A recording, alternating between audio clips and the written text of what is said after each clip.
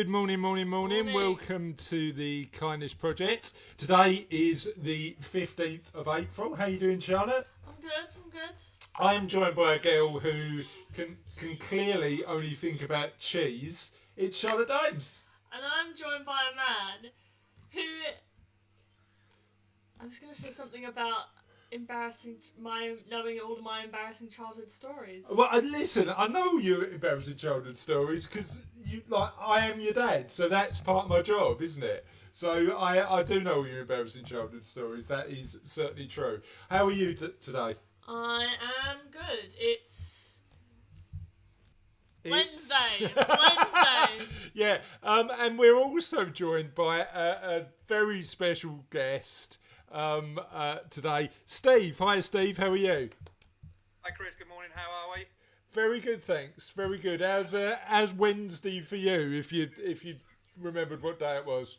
Yeah, it's okay. Wednesdays are a bit strange at the moment for us because that's one of our soup kitchen evenings, and obviously currently at the moment our soup kitchens are suspended for obvious reasons. Yeah. So at the moment we're sort of diversifying in the community to help out elsewhere. Yeah. But it is strange us not being able to do what we normally do on a Wednesday. Charing Cross is Wednesday night, and then Friday night we do the soup kitchen in Grays. So well, I suppose you get into a routine, right? You know, you get into a routine, and a lot of what's happening at the minute has destroyed that routine for a lot of us. Yeah, look, routines. Whether we like it or not, most of us in our lives are into a routine of some description, and yeah. Wednesday nights for 3.5 years have been what we've done. Yeah. And it is very, very weird.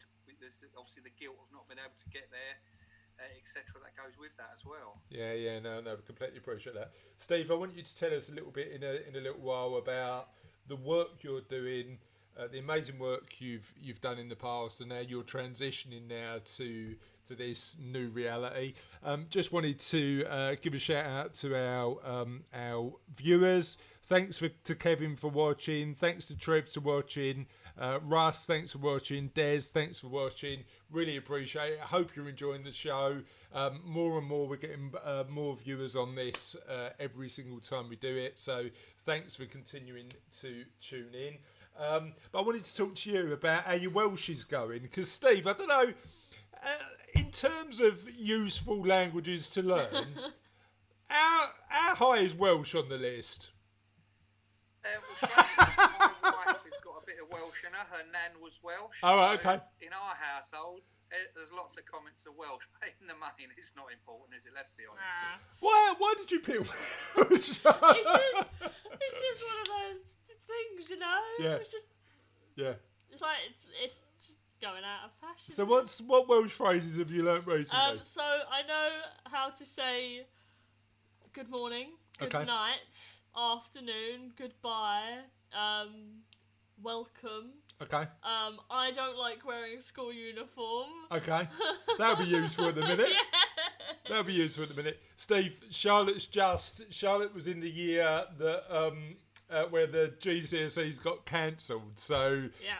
she's in a position where she's trying to work out what life without a school. You said that to me yesterday. What's life without a school uniform like now?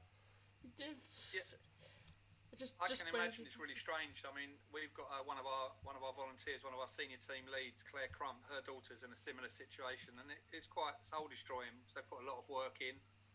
Obviously, it's soul destroying for the parents as well, because obviously everything seems to be on hold for their child, and how will that affect them going forward? Yeah, I don't know if as a coping technique, learning Welsh is that useful, but all good. It was that or High Valerian, so you're just lucky I went for a real language. What other languages can you learn on there? Like anything really. There's a lot of languages. Klingon. You can learn Klingon. Right. You can learn High Valerian. Like I was so tempted to go for Klingon, but I went for Welsh. I picked the sensible option. What, between Welsh and Klingon? Yeah. What bizarre language have you wanted to learn, Steve? Have you ever learned a language? Well, I'm from Newcastle originally, so a bit of Geordie in there. Yeah, we've got family up in Arbroath on the east coast of Scotland. Well, my wife's side. And there is a CD that we've talked about on the Kindness Project before, just with folk songs from Arbroath, and it's like a different language. It's genuinely interesting, isn't it? Sorry, it's hugely interesting. I mean, my wife, sometimes if my mum and dad are in full swing, or if we've been back up there, she just kind of nods in the right places, hopefully, because she has no idea what they're saying, which is quite amusing. Even for me, sometimes I struggle to understand some of the real heavy dialect of the area when we're up there, but it's great, really. It's good fun. Yeah. Are your mum and dad still up there? No, mum and dad, we've been down here. Most of my schooling was down here, so we've been down here some sort of 45 odd years, if not a little bit longer than that. Yeah. Mum and dad come down there for dad's work purposes, but they've still got their accents. I don't think it's as strong, but people that speak to them still seem to think their accent's really, really strong. Yeah, no, it's interesting. Right, okay. So just before, I don't want to muck about with the mic, but apparently it sounds echoing a little bit. Apologies for that if that's causing you an issue. Just want to talk about, before we talk a little bit more about Steve, just want to talk about some of the upcoming interviews. Oh yeah, we are echoing quite a bit, aren't we? So I'm going to try and fix that. Let me turn it down a bit. It might be because we've got two different streams of audio working. It might be. So what I'm going to do is try and turn one of those off and see how we get on. So let me just try that. Let's not turn the mic off. No, let's not turn the mic off. Hopefully that fixes our issue, but we'll see. Just want to talk about the upcoming interviews we've got on the Kindness Project. We've got a bunch of different interviews of. Is it worked? Yep. Amazing. We know what that issue is. Steve, we're about 3 weeks in for doing this live. We've been hosting the podcast now for a couple of years, but we're still trying to get our head around Facebook Live. And I know we were talking before about thankfully having teenage kids who sort of know how this technology works. I'm super grateful. They do come in use, don't they? They do have the use. Well, our son is an IT consultant as well, so I think Cheryl's been texting him this morning as well. He's really good at it. He just does it so simply, and they just laugh at us a lot because we don't understand how to operate. Yeah, no, it's fair enough. We will get there eventually. So just want to talk about the upcoming interviews we've got coming up. We've got on Friday. We're not hosting a Facebook Live tomorrow. I'm doing one on my business page, Savello. So if you've got any financially related or money related questions, you can join us over there, and we'll happily answer them. We're joined tomorrow by. Am I plugging the business? Am I allowed to do that on the Kindness Project? Do it. Do it. I'm doing it. So we're joined by Javine, who's a HR expert, and she's going to be answering some questions on furlough. My audio's gone down. All right. Okay. Can you hear it now? Wait. But the other guests that we've got coming up are Bernadette Russell, Joshua Cartwright. Are we on? Yes. Yeah. Bernadette Russell is for Friday. Joshua Cartwright is for Sunday the 19th. We've got Daniel Lazenby, who's an amazing lady, lives locally to us, who travelled up and down the country delivering presents to kids' hospices. So she's amazing. We've got David Jamili on Wednesday the 22nd. David's a entrepreneur, business owner, runs an events business, talks about kindness in business quite a lot. Nick Elston, who talks about anxiety and how we cope in unusual times, on Friday the 24th. We've got Louise Baker, who runs an organisation called Postcards of Kindness. She's coming on the 26th of April. We've got Dina Gao, direct from China, on Tuesday the 28th of April. And we've got Pinky Delaney on Wednesday the 29th of April. So we've got a full house in terms of people coming on the podcast to tell us what they're doing in unusual times to help us feel a bit better. Can you tell people where they can get in touch with us? Yes. Okay. So if you're currently watching this, you're on our Facebook, or you are watching through a live party connected to our Facebook. So that will be easy to get to us. So if you're not watching this, then we have a Facebook. Woohoo! It's The Kindness Project, and if you search it for The Kindness Project podcast, in the bar, it should just come up. It should be the first one that comes up. And the same thing with our website. And our email is honor@thekindnessproject.co.uk. That's a dog. I will go and get that in a second. And the Right, go and get the dog. Twitter is @HonorKindness. Yeah, So this is one of the things about broadcasting from home, isn't it? You've got the dog getting involved, you've got all the kids getting involved, and we're just going to let the dog back in. So today's question of the podcast, and we've had loads of comments on this already that we'll be sharing at the end of the show, is what's your favourite movie song? So what's your favourite song that's been in a movie or you associate with a movie the most? Steve, what's your favourite movie song? Sorry, Chris, say that again. That's sorry. all right. What's your favourite song from a movie? Oh, goodness me. There's a question, isn't there? I will go with The Eye of the Tiger, Rocky. Oh, classic. it's on Absolute multiple classic. of my playlists. What's your favourite movie song? I don't know. I'm a very big musical person, so I'm inclined to say one from a musical movie. Okay. But What musical movie are you going to pick? I don't know. Yeah. Yeah, I mean, my head always goes to the 80s, and I always think about Top Gun.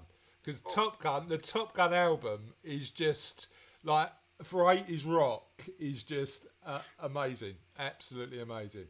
But when they make the Hamilton movie, I might be into that in a big way. They're doing that with all the original cast and everything, so it's going to be great. When's that coming out? I don't know. They're supposed to start filming it this year. Good timing. Good timing. Good timing. But yeah, so if you can let us know what your answer is for your favourite song linked to a movie, that'd be brilliant. Please comment on live, and we can go from there. Hi to Trev, hi to Andrew, hi to Tracy. Thanks for everybody for joining on, and thanks again to Mr. Dave Forsdyke, who every day consistently gives us his silver lining. So he's doing something on his social media where he's sharing every day stuff that helps him think more positively about the current situation, because it is a bit rubbish, but we've got to put in the right context, haven't we? So there's a lot of stuff, good stuff going on. So Dave sent us in. There's a lot of advice available on how to stay positive during the lockdown, and Dave shared with us a link from Manchester University that helps us do that. Lots of kids are taking this opportunity to learn something new. One new skill that can be very entertaining for the rest of the family is magic. How do you make the kids disappear when you're trying to work? How do you do that? You give them a bit of technology and tell them to run away upstairs. True. Air quality continues to improve around the world thanks to the lockdown, and there's loads of data out there showing that because we're spending less time on the roads and spending less time commuting, we're in a position where the natural world is benefiting from that. Wildlife is slowly returning to areas once busy with humans, but now quiet because of the lockdown. I've seen deer grazing on my local golf course, but that's nothing compared to lions, hyenas and zebras who have started visiting Kruger Park golf course in South Africa. Ooh. Which is good. I am obsessed at the minute with the Tiger King on Netflix. Have you seen it yet? Yeah, I've seen a couple of episodes. Yeah. You're not a fan? They're just ridiculous. No, These it is people ridiculous. are ridiculous. But they're real. That's the challenge on it. A 99-year-old army veteran, he was on the BBC this morning again, has raised more than £2 million to help the NHS fight against COVID-19. He's actually raised, I think, £4 million now, or close to, and still going. So he's done amazing work. And we get a thanks in Dave's latest Silver Linings, because he said a huge thank you and a massive plug for the Kindness Project, who have been featuring my Silver Linings in their podcast. If you need cheering up, then find something good to watch, and definitely don't watch if you need cheering up, then tune in to these guys for a daily dose of good news, kindness and positivity. I have something to put in for Silver Linings. Oh, go on then, what's your Silver Lining? So a couple of days ago, I was scrolling through Google News, which is probably not the best thing to do during a time of panic, but I did find this. Go on then. Is kindness news having a resurgence? Is that what you're telling me? No, I spotted this. I like it. So in Italy, the mafia is distributing food to Italy's struggling residents. Organised crime groups offer support to quarantined families who have run out of cash. Interesting. I don't know how I feel about that, but thanks for sharing. Apparently the mafia have found kindness as well now, which is interesting. Steve, thank you for sitting through our usual nonsensical waffle. I really appreciate that. What I want to do now is talk to you a little bit about the work that you do. While Charlotte, again, that's the dog in. This is just the reality of broadcasting at home. Tell us a little bit about you.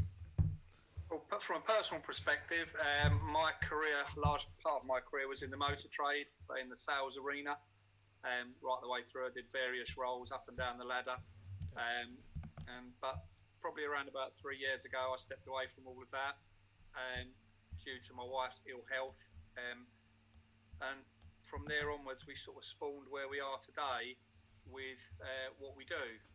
So out of some bad of Cheryl's illness has come some good as well. Yeah.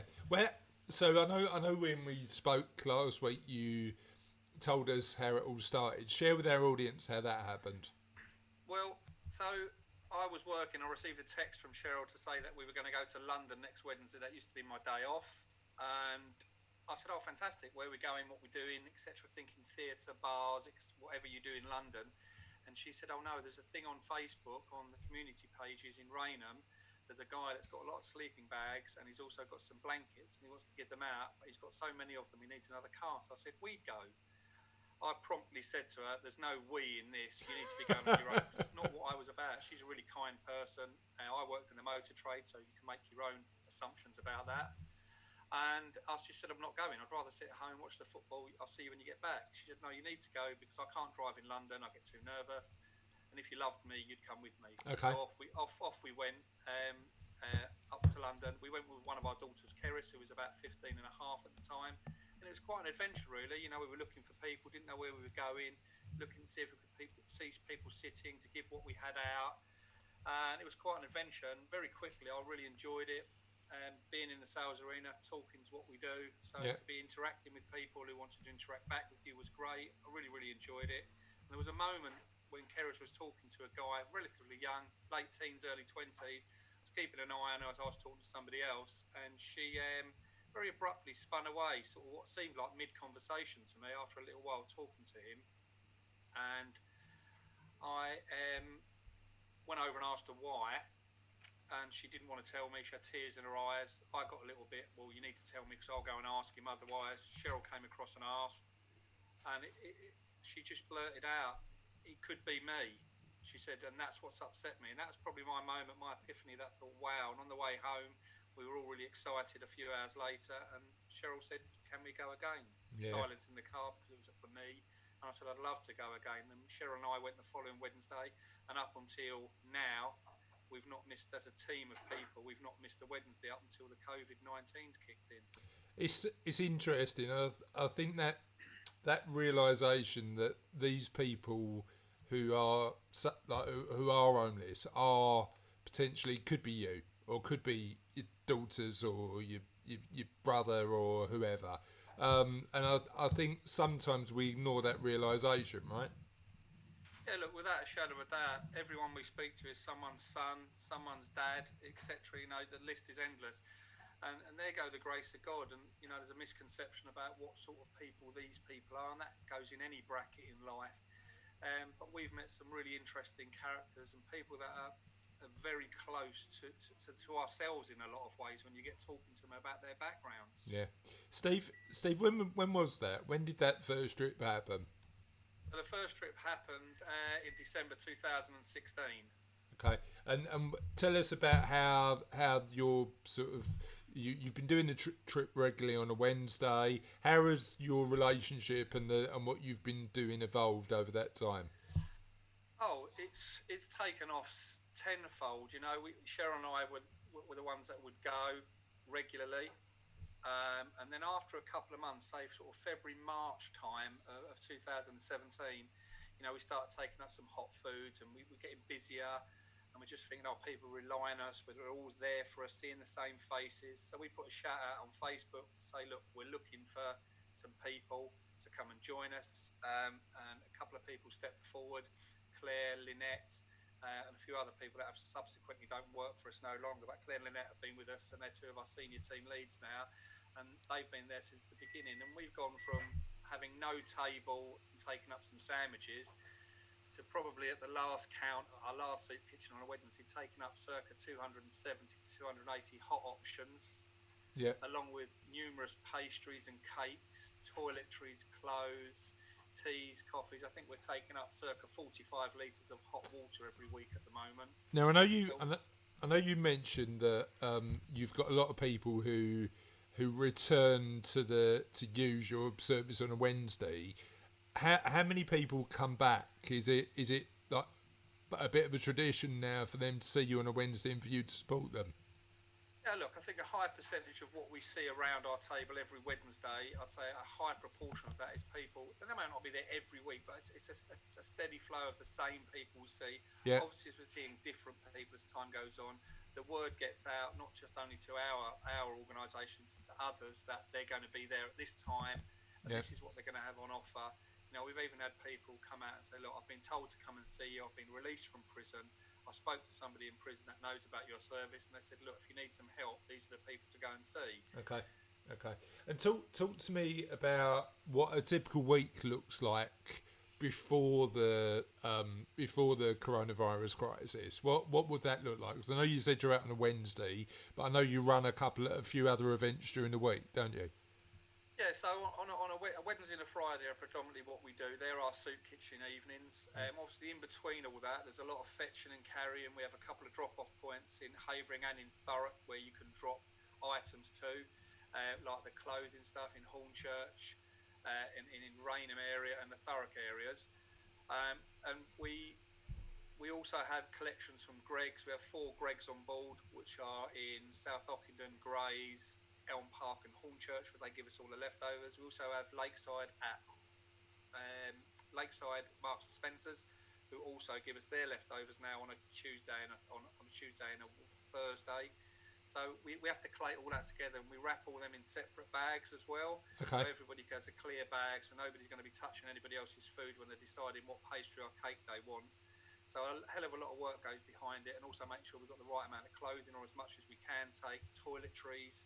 We look after the dogs where possible as well. If people have got dogs, we try and take dog food up. So we try and look after people's basic needs to what you and I would need every morning we get out of bed, really, and anything over and above, and obviously an ear or a shoulder where needed. And I suppose it's nice to hear that the sort of large organisations are supporting that, in particular Greggs and M&S. I mean, you can't imagine the amount of food waste that goes on. So making sure that goes to a good cause is super useful and super helpful, right?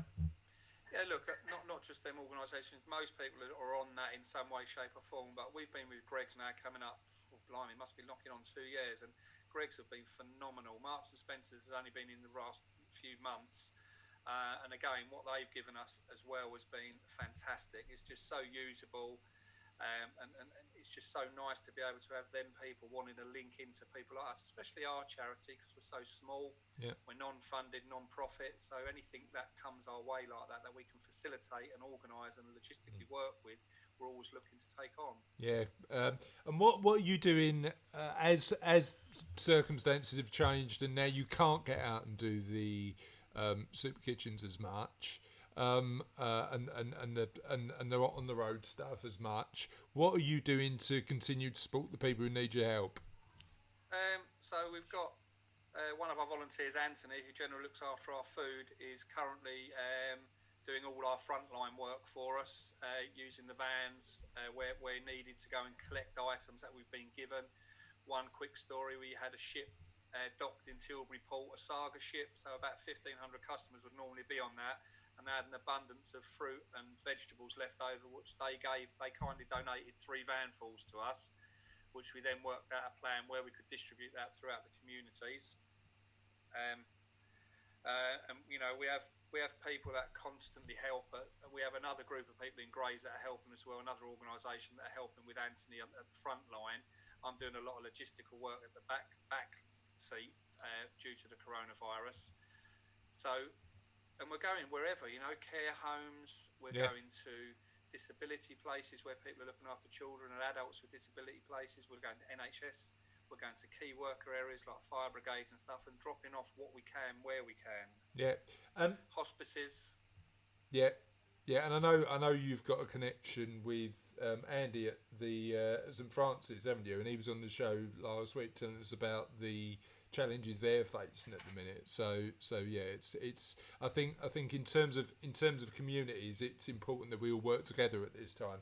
With that. Yeah, go on. Sorry, without a shadow of a doubt, I just think the communities just really need to work together. We've had to diversify in what we do. Are we comfortable with what we're doing at the moment? No, because it's not what we do. We want to get back to what we do because that's normality. But do we feel there's a need for us as a charity to help out and plug holes elsewhere? Most definitely. Yeah. Do you, what's the future look like for the charity after all this is over? What future plans have you got? Well, I've got my plans to reach for the stars. I'd love every evening at 6 o'clock for a pink gazebo to be hoisted up in every town and every city in the UK. But in the short term, when we get back, it would just be getting back to what we do, to our 2 soup kitchens, trying to reaffirm what we've been doing and show people that we're still there. Yeah. I think we're going to. I think there may be a spike in who we see, and that may not just be directly people that are homeless. It'll be people that will be struggling for a number of reasons, due to furlough, etc., and things like that. So I think we're going to see a little bit of a spike. We might see a slightly different demographic of personnel coming around our table at times as well, just because of what's happened. We won't judge anybody on that. If they feel they want to join our queue, spend half an hour, 45 minutes or longer in our queuing for what little we have on offer, then that they obviously must be in need of something. Yeah, no, that's really useful to know. Charlotte had a question. Oh yeah, so if you could do anything about the homeless issue in anywhere really, what would you do? Like anything at all? If you had a magic wand, what would you do? So Charlotte's now my Aladdin. I like that. So if we were to rub that genie's lamp, of course what we would look for is for everybody to be homed and nobody to be in any sort of in any predicament. But I think that's the easy and simple way to say it. From my point of view, what I would like to see is I think the facilities are there for people to have homes or some form of shelter. I think within what's there and what's not being used, I think it's the services that feed into them that's more integral. Yeah. So it's all well and good sweeping somebody out of their environment, albeit to you and I quite a strange environment, but we're going to take people out of what their comfort zone is currently, and that would be being homeless. I'm not saying they're comfortable being homeless, but they're used to that environment to a point. We sweep them up and put them into 4 walls, and we kind of walk away and say, there you go. But these people will need need loads and loads of support when they go into that situation to integrate them back into what we deem to be normality, because of any health reasons, any mental health reasons, any addiction reasons, and that's where the issue really lies. We sweep them, we put them in, and then we don't give them the support to take them through the system and hold their hand, and that's where the big win would be for us and for everybody. Yeah, no, completely appreciate that. Steve, talk to me about a story that you think reflects the work you do the most. Look, we've got loads and loads of stories, but one springs to mind. Probably in around sort of the summertime of 2017, we met a guy called, I'll call him Jay. His initials Jay, and he was round our table a lot. We saw him, we really got on well with him. He was as mad as a box of frogs. He was a lovely fella. He has many issues from addictions, etc. But there's just something about this guy that resonated with all of us. We got on really well. Jimmy and I hit it off straight away because we were both football fans. He's a mad Liverpool fan, and I'm a big Newcastle fan. So our connection was Rafa Benitez, who managed both clubs. Yeah. He was currently managing Newcastle at the time. Yeah. And we were talking and bantering, and that was our connection, football. So no matter how far apart we were, we had this normal connection of football. we saw him. We got mentioned on our Facebook page. One of my friends wanted to do something for him and asked what could he have, and he said he'd love a Liverpool shirt. So we bought him a Liverpool shirt from one of my friends who got donated some money. It's a picture of me and Jimmy in our Newcastle and Liverpool shirts when we handed it to him.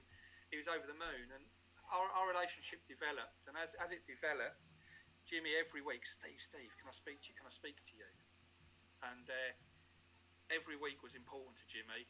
And every week, it generally wasn't a major thing at what it seemed like. But this particular week was different. He said, I really need to speak to you about something important. So I said, can you help me? I said, okay, throw it at me, see what I can do. And he turned round and he said, I'm really worried about dying. And I said to him, I totally understand where you're coming from, Jim. We've all had them thoughts about what must it be like and them worries in our lives. He said, no, you don't understand. I'm not worried about actually dying. I'm just worried about what happens when I die. I said, explain what you mean. And he said, look, I've got no family, I've got nobody. He said, when I die, nobody's going to know. So it was quite a powerful moment. And I said to him, well, what can I do? He said, I'm asking you, would you be my next of kin? So when I do die, somebody will have contacted you and you'll feel like a brother to me. And at least then somebody I know will know that I've passed and they'll be able to do something about it.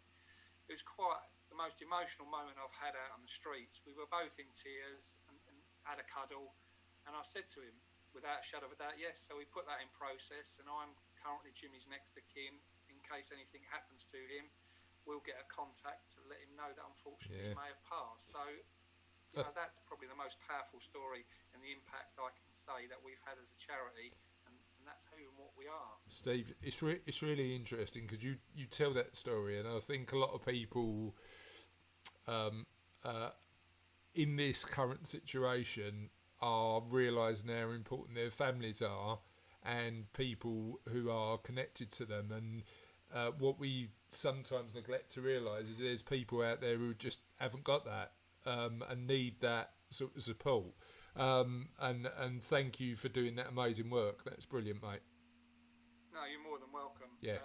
Like I said, as a charity, we thought it was about giving out sandwiches and sleeping bags, etc. But what we have learned a lot about ourselves and about what we do and the people, it's about the people that do what they do and the people that come to see us and how we can support them and just treat them like human beings. It's not about a sandwich. Anybody can give a sandwich out. It's about having the compassion that goes with that to be able to help people in other ways as well. Yeah, it's showing you care, right? You know, it's showing that you're there for somebody in times good or bad, and just giving them company. I think that's what that story tells me the most. Yeah, without a shadow of a doubt, one of our sort of hashtags is kindness is contagious. That's written on one of our vans as well. Yeah. That's what we are. Kindness is contagious. If all of us can be a little bit kinder to each other, regardless whether it's homelessness or you and I just talking, if we can all be 5 or 10% kinder to each other in general, then I think the world would be a better place. And I think we're starting to see a little bit of that in these testing times as well, that people are generally being kinder to each other and talking to their neighbours and talking to strangers that we wouldn't have spoken to a few weeks ago. Yeah, it's really interesting. One of my favourite books on this particular subject is written by a guy called Dr. David Hamilton, and he was doing a Facebook Live, funny enough, that I ended up tuning into. We need to get him on the podcast, actually, Charlotte. He was talking about the fact that for every act of kindness you give to somebody else, that ripple effect is about 5 times over. So effectively, the research says that if you're kind to somebody, they're more likely to be a little bit kinder to 5 other people. And what he said is actually kindness is a bit more contagious than the coronavirus, because the coronavirus is 2.5 times as a contagion factor of 2.5, and kindness is more contagious. And I think one of the positive sides of what we're seeing now is the fact that as we're under threat from this force that we can't control, we're starting to realise how important it is to be a bit kinder to each other. What do you think, Steve? Oh, without a shadow of a doubt, our hashtag kindness is contagious is what we use quite a lot, and we're constantly championing and advocating that. And I come from Newcastle, as has been mentioned, and you can go to Newcastle, even in today's world, and you'll doff your cap to somebody in the bar. You will buy somebody a pint that you don't really know. You'll be polite to somebody in that bar. Yeah. Further down the map you come, it's a little bit more, goodness me, why they talk to me, what's going on. So I'm hoping, if nothing else comes out of what's happened, we can all just reach out and just be a little bit nicer to one another, and maybe look over our shoulder and make sure that person in our neighbourhood is all right. And if everybody does that, I just think it could be a nicer place for everybody to be. But everyone's just so worried about their well-being, and also in their bubble of their world, and it's all about the money. I think for the first time in our lives, the guy that's got all the money against the people that are at the bottom or in the middle, we're about as equal as we've ever been, because it really doesn't matter. Nobody can buy themselves out of this particular problem that we have at the moment. Yeah. So for the first time ever, we're all about as equal as we've ever been for some time in our lives. And that's quite a refreshing thought for those that thought they were better, or people that thought they were worse than each other. We're equal beings at the moment, and it doesn't matter who's got what house, who's got what car, who can go on what holidays. It's irrelevant, because none of us can do any of that at the moment, and we're all as equal as one another and all as important as one another. Yeah. What have you learned the most from your trips, from your journey in this since 2017? That it's not the face of who you think is homelessness. When we imagine it in our minds, that person in a doorway, many people think it's drink and drugs, etc. I'm not saying them things don't go on, but we've got many people that we've spoken to that have come from what we would deem to be normality, lives like the ones we lead ourselves, and they found themselves in hard times and found themselves out on the street. Of course, there are people that may not have been that way inclined, may have already been that way inclined and found themselves out on the streets, but a high percentage of people we're finding now are just people that have found it difficult for one reason or another, from relationship breakups or loss of job or anything like that could go on, that could spiral them out of control, or get led up a path the wrong way, and they just need a little bit of help, and it's not the archetypal person sitting in the doorway no more that's a drug addict, for example. They're just people like you and I that have just lost their way for a number of reasons, and they just need some help to get themselves back on their feet. Yeah. Can you tell us a little bit about where people can find out about Essex and East London homeless? From ourselves, you can find out. Obviously, we've got our Facebook page, which is Friends of Essex and London Homeless. If you search it on your Facebook, you'll find us on there. That's been our biggest media to date. We're also prevalent on places like Twitter, Instagram. We're on LinkedIn. Again, we have LinkedIn because that links into businesses that may be wanting to help us and obviously see what's going on. And we also have a website, which is all the W's, which is www.foelh.com. So the FOELH is the abbreviation of our name, Friends of Essex and London Homeless. You can find us on there. Our telephone numbers, our emails are all on there as well, so you can easily get hold of us. It's not difficult to find any of the medias that I've just mentioned. And how can people support you? Is it financial donations? Is it time? Is it how can people help? Look, in the current circumstances, where we still need people to donate things to us. From a clothing point of view, we're not giving out clothes at the moment because we're not operating our soup kitchen. So once this is all over, you can get all that information on how you can help us. We have an Amazon wish list. Okay. So an Amazon wish list is things that we put on an Amazon list that you can go into, that you can donate. They come directly to an address of ours. So there's very little work in needed, other than you have to kindly make a donation of money to pay for the items or item that you buy. That then comes to our address. That's a really popular way for people to feel that they're doing a good thing, but two, they're also realising that it's not money. A lot of people struggle to give us money. We do get cash donations and monetary donations given to us, and we need them as well, but we also understand, for us to keep saying to people, give us your money, some people feel more comfortable giving us an item. So them items that are on the wish list are things that we control, that we put on there. Obviously money donations, as I mentioned, are fantastic. Clothing donations, which have been phenomenal over the years. People have been so kind. We also take them, so we take all sorts of clothing, but we try and ask people to think outside the box. We've had some weird and wonderful donations in clothes. Just think out of the box. What would be the most practical thing you could donate that somebody would use if you were sitting out on the street yourself? It's probably not a high heel pair of shoes or or a pair of flip flops. To be frank, Steve, you probably wouldn't want half of the shirts in my wardrobe either. I mean, they are awful. I mean, I sometimes show them off on the podcast, but we get people tuning in and saying that I'm breaking their mobile screens because they're just too outlandish. What's the worst shirt you've ever owned?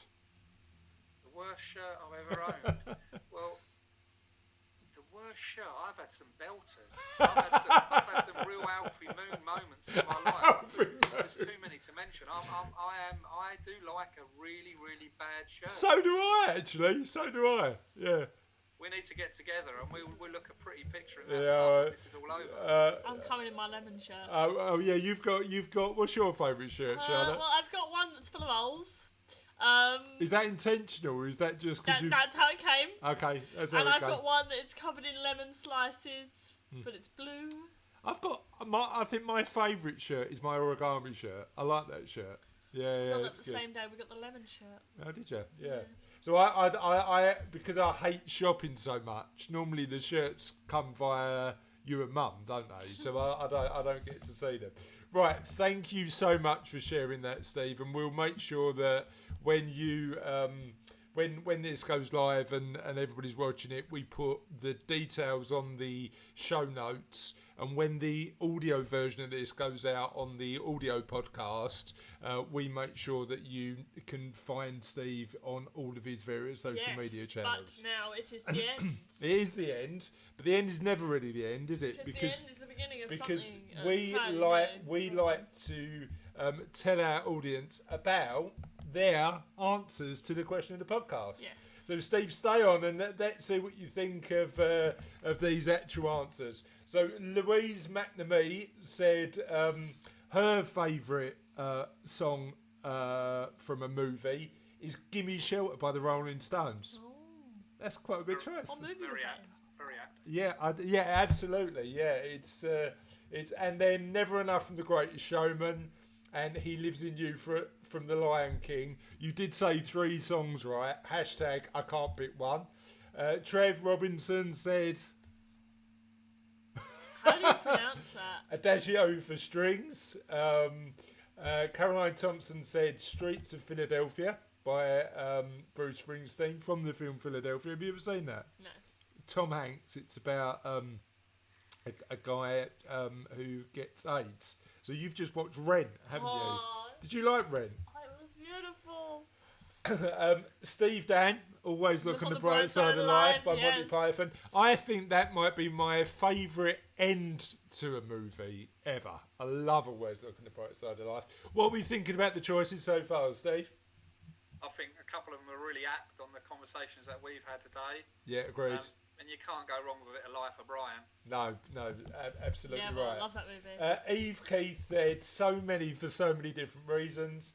Prior to lockdown, one of my favourite songs for the tune was "Lose Yourself" from 8 Mile. Love "Perfect Day" from Trainspotting, or 18 with a Bullet from Lock, Stock and Two Smoking Barrels. That has got an amazing soundtrack, Lock, Stock and Two Smoking Barrels. Mike Christie said too many to choose from. Danger Zone from Top Gun. Now, if you want, because I know you're quite into your 70s rock at the minute, Charlotte, aren't you? If you want an 80s rock album that typifies what 80s rock meant, bit cheesy but also quite good, the Top Gun album is definitely worth a watch. Burning Heart and Hearts on Fire from Rocky, and the new Star Trek theme. I could go on. Yeah, most people could. Sean Atson said "On Days Like These" from The Italian Job. Nick Ramsden said "Bryan Adams, Everything I Do." You don't remember that, do you? That was number 1 for about, I don't know, it seems like half my life. It was number 1 for a long time. But he was only kidding on that. He's picked "Eye of the Tiger" by Rocky. Sarah Robinson said "I've Had the Time of My Life," Dirty Dancing. Johnny Piper said "Pulp Fiction," Mizzaloo by Dick Dow and his Deltones. And then Mike remembered that he also liked "Stuck in the Middle with You" by Steelers Wheel. Mark Newman said the whole Top Gun soundtrack. Top Gun's getting a bit of a showing. Alison Hagen said "Iris" by the Goo Goo Dolls. My Immortal by Evanescence and Born Slippy by Underworld. Anything that's not floating your boat on that list, Steve? There's a couple I've never heard of, but the diversity of who's listening is fantastic. I think you're reaching so many good people who've got an array of backgrounds, which is amazing. Well, for us as a charity. You know what I like. Number one, this is always a bit of an education because I can now pop on Spotify and go, I've never heard of that before. I'm gonna give that a listen. But it also asking people about music gives a massive insight into their taste, doesn't it? I think.